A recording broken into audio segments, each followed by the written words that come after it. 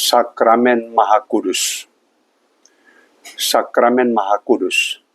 Teman-teman, sekarang saya bicara ini tentang satu hal yang Maha Kudus, yaitu Sakramen Maha Kudus. Ini khusus dalam gereja Katolik ada 7 sakramen.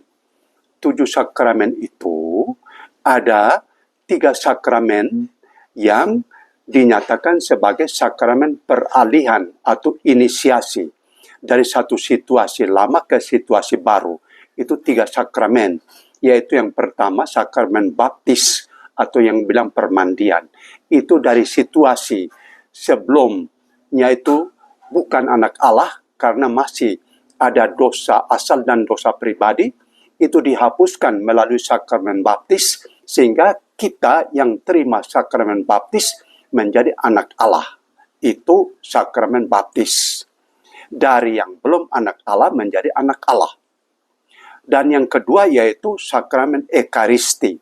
Ekaristi itu sakramen Maha Kudus di mana seorang yang sudah dibaptis diberi hak, dibimbing untuk bersatu dengan Yesus Kristus melalui penyambutan tubuh dan darah Kristus.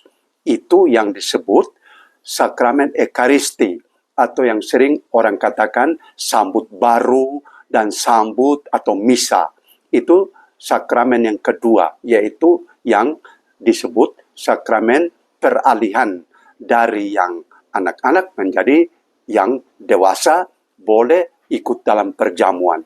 Dan yang ketiga yaitu sakramen krisma. Sakramen krisma itu yang sudah dewasa diberi kuasa oleh Roh Kudus untuk bersaksi mewartakan sabda Allah.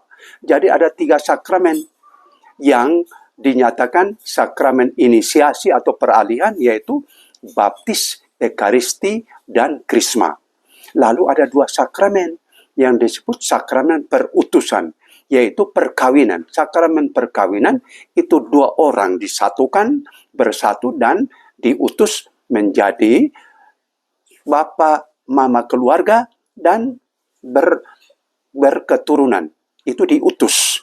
Lalu kemudian sakramen tabisan. Tabisan imamat yaitu seorang pria yang sudah bersedia dan terpanggil dan dipilih, dia diutus menjadi imam untuk melayani sakramen-sakramen. Itu tabisan. Jadi ada 2 sakramen perutusan, yaitu perkawinan dan tabisan. Lalu ada 2 sakramen pemulihan. Pemulihan dari situasi dosa diampuni dan tidak berdosa lagi, yaitu sakramen tobat atau yang biasa bilang pengakuan dosa atau sakramen rekonsiliasi. Itu yang disebut sakramen tobat atau pengakuan. Dan yang terakhir yaitu sakramen minyak suci. Kita yang sudah kalau umpamanya mengalami sakit berat dan dilihat bahwa hampir mengakhiri hidup, itu diberikan sakramen minyak suci. Itu dipulihkan keadaannya dari situasi yang kurang layak menjadi layak untuk berhadapan dengan Tuhan. Jadi teman-temanku, inilah yang saya mau sampaikan bahwa ada 7 sakramen. Baptis, ekaristi, krisma, perkawinan, tabisan, tobat, dan minyak suci. Dan dari 7 ini hanya 1 yang disebut sakramen Maha Kudus, yaitu ekaristi. Sehingga kalau anak-anak mulai dibimbing, lalu kemudian diberi kesempatan sambut baru, itu merayakan sakramen Maha Kudus. Jadi kalau di mana-mana ada buat pesta besar-besaran untuk anak-anak sambut baru, itu wajar. Karena dia menerima sakramen Maha Kudus. Dan teman-temanku, sakramen Maha Kudus ini dalam ajaran gereja itu disebut pusat kehidupan, puncak kehidupan, dan sumber kehidupan. PPS, pusat, puncak, sumber kehidupan. Karena itulah sakramen Maha Kudus ini boleh diterima setiap hari. Dan terutama diwajibkan setiap hari Minggu harus terima sakramen Maha Kudus melalui perayaan misa.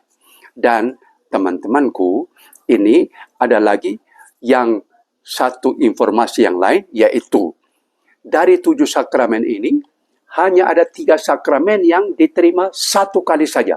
Tidak boleh 2 kali. Itu sakramen baptis. Baptis ini diterima 1 kali. Tidak boleh kemudian baptis lagi. Tidak. Dan sakramen yang kedua yaitu sakramen krisma. Krisma itu diterima dari tangan uskup. Itu 1 kali saja. Tidak bisa bahwa, saya mau krisma ulang lagi. Tidak. Dan sakramen tabisan. Tabisan imamat. Seorang ditabiskan menjadi imam sekali saja. Tidak bisa ditabiskan ulang. Jadi, ada 3 sakramen hanya boleh diterima 1 kali seumur hidup. Yaitu baptis, krisma, dan tabisan. Sedangkan 4 sakramen yang lain bisa diterima lebih dari 1 kali. Yaitu ekaristi. Ekaristi bisa diterima berulang-ulang. Kemudian pengakuan dosa, sakramen tobat, itu juga bisa diterima berulang-ulang. Dan juga sakramen perkawinan. Sakramen perkawinan, kalau seorang itu kawin dengan pasangannya, salah satu pasangan meninggal, kemudian bisa kawin lagi yang masih hidup itu. Dan juga sakramen minyak suci. Kalau orang itu sakit berat, dia terima minyak suci. Sembuh lagi, kemudian sakit berat lagi, boleh terima lagi minyak suci. Jadi, itu ada 3 sakramen hanya boleh diterima 1 kali saja, sedangkan 4 sakramen bisa diterima lebih dari 1 kali. Ini saja teman-temanku. Ini adalah suatu pengetahuan umum yang dengan video ini saya kemukakan supaya kawan-kawan yang kebetulan sempat ingat, silakan. Dan ini memang rekaman ini saya buat khusus untuk kawan-kawan Katolik. Jadi teman-temanku, mari kita puji Tuhan karena Tuhan menyediakan kepada kita 7 sakramen untuk hidup ini. Rayakanlah sakramen-sakramen itu dengan penuh iman, dengan penuh harapan, dan dengan penuh kasih. Terpujilah Dikau, ya Tuhan.